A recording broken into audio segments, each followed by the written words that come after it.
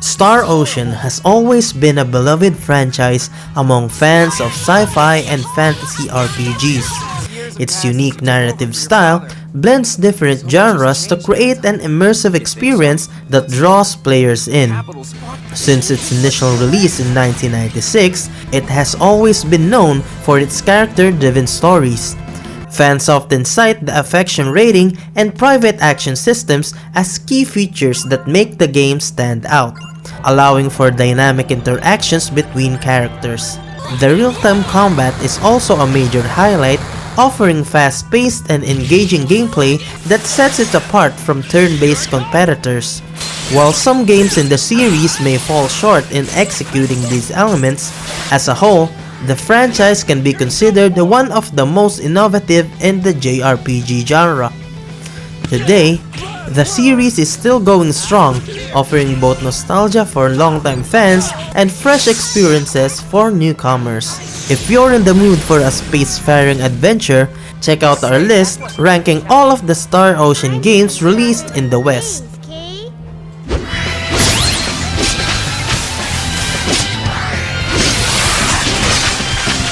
Where everyone is.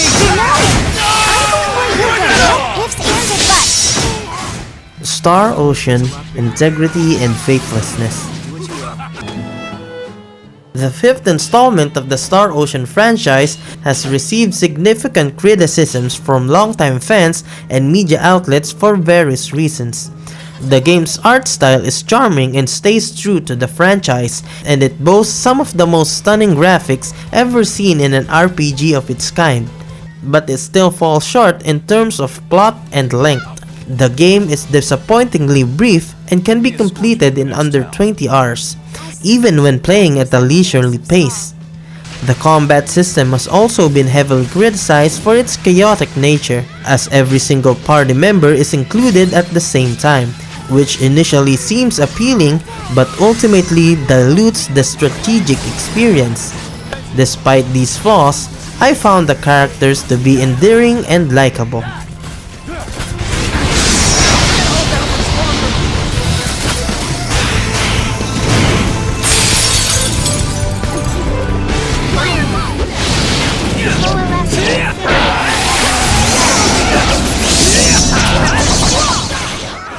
Star Ocean: The Last Hope. The story of Star Ocean: The Last Hope appears to be a direct response to the ultimately controversial narrative of Till the End of Time. However, while The Last Hope is a safer choice in terms of its plot, it suffers from bland and generic characters, and the storytelling is aggressively unremarkable. The few ambitious moments in the game are poorly executed, making it tempting to skip cutscenes altogether after a certain point. The Last Hope's narrative is held back by terrible character development and one of the worst depictions of depressions in gaming. However, the gameplay is some of the franchise's best. The dungeons are impressively layered and make use of memorable set pieces. The music is fantastic and the visuals still hold up. Most importantly, the core combat is the best the series has seen. While the main party lacks depth in terms of characterization, they are incredibly enjoyable to control, particularly the protagonist, Edge Maverick. The Last Hope also boasts some of the best post-game content in the series. However, the game's story is genuinely bad and fails to impress.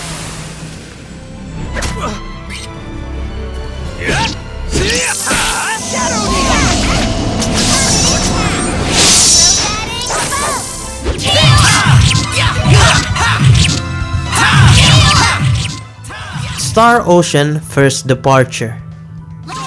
The original Star Ocean game, released on the Super Famicom, never received a Western release. In 2008, Tri-Ace decided to introduce the game and its characters to the West by remaking it for the PSP as Star Ocean: First Departure, complete with enhanced graphics and a new engine. The story follows the adventures of Roddick, Billy, and Dorn, members of their town's defense force. After a mission to find a cure for a mysterious disease gone bad, they embark on an epic space adventure.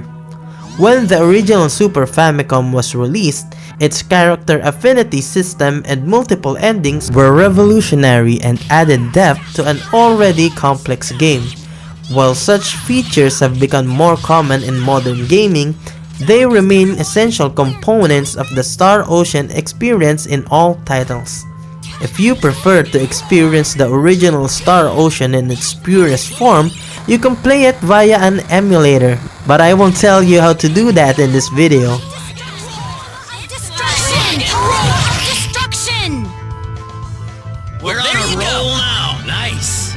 A fury! Out of my way! That was fun. Star Ocean Till the End of Time. Star Ocean Till the End of Time is a solid entry in the franchise, boasting some of the most enjoyable gameplay of all the games. The combat is fluid and the dungeons are well designed, keeping the game mechanically engaging all throughout. As with its contemporary franchise, the Tales series, the characters and stories are what keeps the fans coming back to Star Ocean. While the protagonist of Till the End of Time may not be the most memorable in the JRPG genre, there are many small moments within the game that showcases the writer's attention to detail. It is impossible to discuss this particular entry in the franchise without mentioning the ambitious and controversial twist that occurs midway throughout the game. Overall, Till the End of Time is an enjoyable experience with solid gameplay and decent story. While it may not be the best game in the series, it is certainly worth playing for fans of the franchise or the JRPG genre in general. Please! Ice needles! Spare my life! You're mine!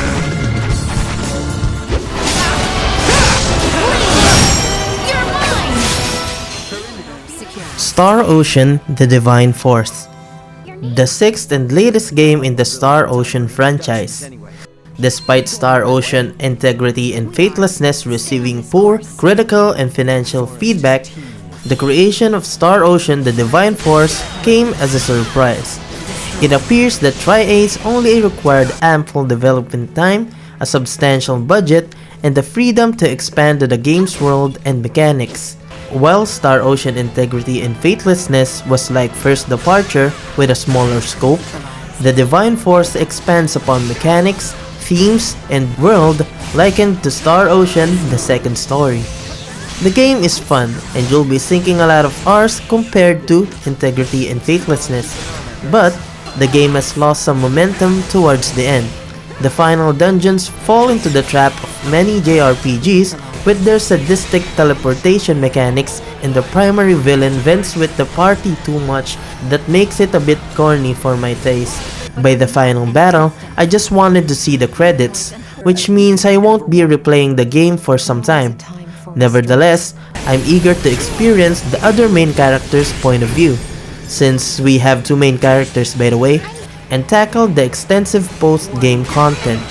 In essence, Star Ocean: The Divine Force is the epitome of what a Star Ocean sequel game should be. For even offering such strangers my consideration. And the top spot goes to Star Ocean: The Second Story. Star Ocean: The Second Story builds on the unique elements introduced in the original game, resulting in a memorable and highly replayable experience. With an improved engine and an expanded private action system, Second Story stands out as the game that sets the franchise apart from the rest. The game allows players to choose between two protagonists, Claude or Rena, and introduces a vast cast of characters with dozens of unique interactions between them. Depending on how these interactions unfold, the players can experience over 86 different endings, with stories playing out between each character based on the choices that the player makes. The story itself is engaging and varies slightly depending on which protagonist is chosen. The soundtrack by Motoi Sakuraba is thematic and enhances the game's overall experience.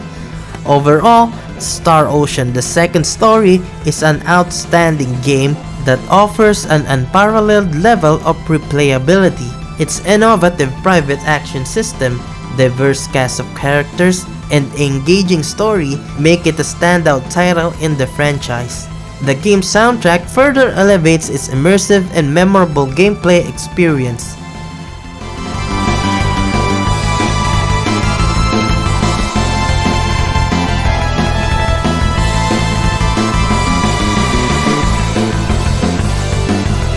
And there you have it, our ranking for all the mainline Star Ocean games. Whether you're a longtime fan of the franchise or a newcomer looking to dive into the world of sci-fi RPG, we hope this list has provided some insight into the strengths and weaknesses of each game. Let us know in the comments which Star Ocean game is your favorite and why. If you enjoyed this video, be sure to check out our previous ranking video in the Suikoden series. Thanks for watching and we'll see you in the next video.